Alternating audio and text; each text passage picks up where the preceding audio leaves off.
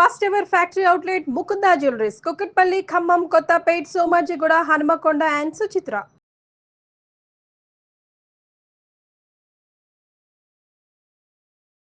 నమస్తే రమగారు. నమస్తే జయ. రమగారు, ఖలీఫా కథలు చెప్పుకున్నాం కొన్ని, ఒక చెప్తారా?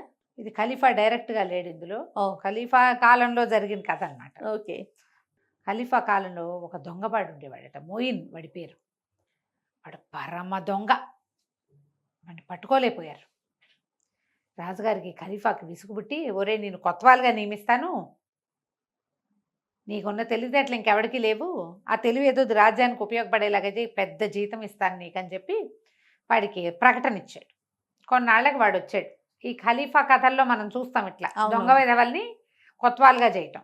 వాడు చుట్టుపక్కల దొంగతనాలన్నింటినీ అరికట్టేయగలుగుతాడు. దొంగతనం జరగబోతోంది ఊహిచ్చేస్తాడు. జరిగితే ఏం జరిగిందో అదంతా వాడికి పిక్చర్ వచ్చేస్తుంది అనమాట. తెలివి వాడిది. వాడిని పెట్టుకున్నారు. అయితే వీడు ఒకనాడు ఒక వలీగారి వాకిట్లో రాత్రిపూట గస్తీ తిరుగుతాడు కదా, చాలామంది దొంగల్ని పట్టేశాడు. వాడు దొంగతనాలు అణిగిపోయినాయి ఊళ్ళో. బాగానే ఉంది, మంచి జీవితం, శుభ్రంగా ఇల్లు వాకిలి బట్టలు గుర్రాలు అన్నీ బాగున్నాయి. వలీగారి వాకిట్లో చిన్న వరండా, ఆవరణలో ఒక బెంచ్ లాంటిది ఉంటే దాని మీద చిన్న కునుకేస్తున్నట్ట రాత్రిపూట. కునుకుతుంటే వాడి మీద ఒక బరువుగా ఏదో పడిందట. ఉలిక్కి పడి లేచాడు. చూస్తే అదంత మూట. ఏమిట్రా అని చూస్తే 1000 దినారాలు ఉన్నాయి అందులో. ఆశ్చర్యపోయాడు. అయ్య బాబోయ్, ఏమిటి ఇంత డబ్బా, ఎవరిస్తున్నారు అని. ఎవ్వరూ కనపడలా. కనపడేది ఆ డబ్బు ఉచ్చుకెళ్ళిపోయాడు. మర్నాడు ఇంకో మూట పడింది. 500 ఉన్నాయి అందులో. మూడో రోజు మళ్ళీ ఒక మూట పడింది. మూట పడేసరికల్లా ఆ మూట సమయానికి ఆ మూటని అలా విసురుగా ఎక్కడి నుంచో పడేలా, నిద్రపోతుంటే పక్కన నుంచి ఇట్లా వేస్తే అంత బరువైనా పడిపోతుంది కదా. ఆడ పూట అస్సలు నిద్రపోకుండా ఉన్నాడు. కళ్ళు మూసుకుని ఉన్నాడు. పడుకున్నాడు అనుకుని పడేసేసరికల్లా టక్కిని లేచి చూస్తే ఒక చక్కటి చుక్కలాంటి ఒక అమ్మాయి. చేతులు పుచ్చుకున్నాడు. ఏమిటి రోజు రోజు డబ్బులు వేస్తున్నావు, నువ్వు కనుక నన్ను పెళ్ళాడుకోరంటే నేను సిద్ధంగా ఉన్నాను, పెళ్లి చేసుకుంటాను, నేను ఎంతో బాగున్నావు నువ్వు అన్నాడు. అనేసరికి పెళ్ళి కాదు గిల్లి కాదు, ఈ కాజీ గారి కూతురు నా స్నేహితురాలు, మేము ఎంతో ప్రాణ స్నేహంగా ఉండేవాళ్ళం, నీ వల్ల నాకు ఒక పని అవ్వాల్సింది ఉంది, అందుకని ఈ డబ్బు ఇస్తున్నాను నీకు అంటే సరే చెప్పమన్నాడు. ఈ కాజీ గారి కూతురు ఉంది కదా, ఆ అమ్మాయి మాకు తెలిసిన కుర్రవాడిని ఒకడిని ప్రేమించింది. కాజీ గారు ఆ పిల్లకి ఇచ్చి పెళ్లి చేసే ఉద్దేశంలో లేడు. పిల్ల ఇంట్లో నుంచి ఎటాగైనా పారిపోదామని చూస్తోంది నా ఫ్రెండ్. కానీ దానికి అవకాశం ఇవ్వటల్లా. నేను కనుక లోపలికి వెళ్ళానా దాన్ని తీసుకెళ్ళిపోతా. అందుకని ఆయన నేనేమైనా కూతుర్ని భగాయిస్తానేమోనని నన్ను లోపలికి రానివ్వటల్లా, వాళ్ళ ఇంట్లో ప్రవేశపెట్టట్లా. ఎలాగైనా చేసి కాజీ గారింట్లో ప్రవేశపెట్టు, దానికోసమనే నీకు 2000 ఇచ్చా. ఓకే, మన ఇద్దరు స్నేహం అంటావా, అది తర్వాత చూసుకుందాం అనేసరికల్లా సరే ఇతను అన్నాడు, సరే రేపు ప్రవేశపెడతాను, రేపు సాయంత్రం అని ఒక ఉపాయం చెప్పాడు. చెప్పాక వెళ్ళిపోయాడు. ఆ పిల్ల వెళ్ళిపోయింది. అబ్బా ఎంత బాగుందో అని ఎన్నిసార్లు తలుచుకున్నాడు. మర్నాడు సాయంత్రం చీకటి పడే వేళకి మన మొయిను కొంతమంది సైనికులతో కలిసి వెళ్తుంటే ఒక మహాసౌందర్యవతి, చాలా ఖరీదైన బట్టలు కట్టుకున్న ఒక ఆవిడ ఎదురుపడింది. ఇదే అమ్మడు.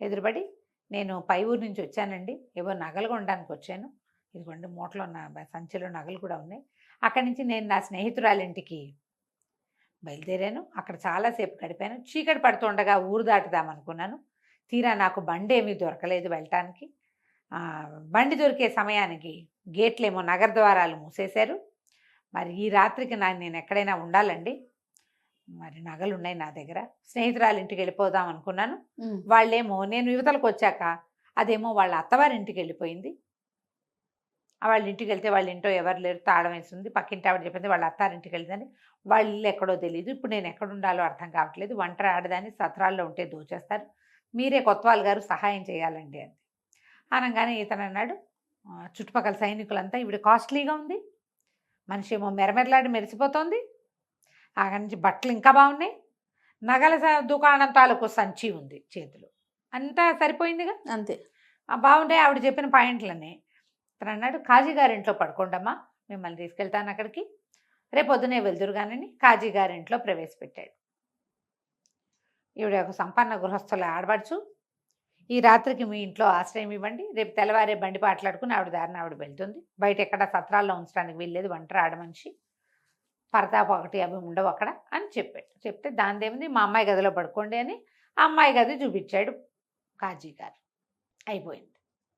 వీడు కొంచెం ఆవిడకి సైగ చేసి మోయిను బాగా కుదిర్చాం కదా అని వెళ్ళిపోయాడు. వెళ్ళేసరికల్లా తెల్లవారేసరికల్లా సైనికులు వచ్చారు మోయిన్ గారి దగ్గరికి. కొంప మునిపోయిందిట కాజీ గారి దగ్గర. రండి రండి అని ఈడ్చిపోయారు. తీరా చూస్తే ఈయన చూడగానే దొంగగాడిది కొడక, నువ్వు దాన్ని ఎవరితోనో మా ఇంట్లో ప్రవేశపెట్టావు, తెల్లారేసరికి 6,000 రూపాయలు కాజేసి దినారాలు వెళ్ళిపోయింది, కక్కు నా డబ్బులు, అది నువ్వు లాలూచిపడి ఉంటారు, నువ్వు మొదలే దొంగవి అని తిట్టడం మొదలుపెట్టాడు. పెట్టారు కాంతపోయాడు. ఏమిటి అంత కథ చెప్పింది, అంత అందంగా ఉంది, అందంగా ఉంటే పడిపోతారు, అదే కదా. ముద్దుగా చెప్తే మరీ బోర్లా పడతారు. ఆ, అంత కథ చెప్పింది, స్నేహితురాలింది, పెళ్ళింది, పేరెంట్ ఉంది, అన్నీ పోయి చివరికి డబ్బులు కొట్టేసిందా, తానేమో దొరికిపోయాడు. ఉమ్, అయ్యో కాదండి నాకు అసలు తెలీదు, మరి అందరూ చూశారు, నేనే కాదు సైనికులు కూడా చూశారు చూడండి, మరి మేమందరం బోర్లా పడ్డాం, మీరు బోర్లా పడ్డారు కదా, నేను వెతికి పట్టుకొస్తా ఎక్కడున్నా దొంగ మొహం దాన్ని అన్నాడు. 3 రోజులు చెడదిరిగాడు. కాజీ గారు కనపడ్డప్పుడల్లా తిట్టేవాడు. ఉమ్, నీ సంగతి చెప్తానండి, వీడికి శిక్షలు వేయగలిగిన సామర్థ్యం ఉన్నవాడు, ఆయన గట్టివాడు. ఓకే. ఇక ఏం చేయలేక 3 రోజులు ఎంత తిరిగినా దొరకల. ఓ 1,500 2,000 రూపాయలు వచ్చినాయి, 2,000 దినారాలు వచ్చినాయి. వచ్చేం ప్రయోజనం? ఉమ్, సరే బాగా ఆలోచించి నా వల్ల కాదు, ఇక నేను వెతకలేను, మరి మరణ శిక్ష విధించండి నాకు అని చెప్పేద్దాం అనుకున్నాడు. పరువు కూడా పోయింది చూడు పాపం.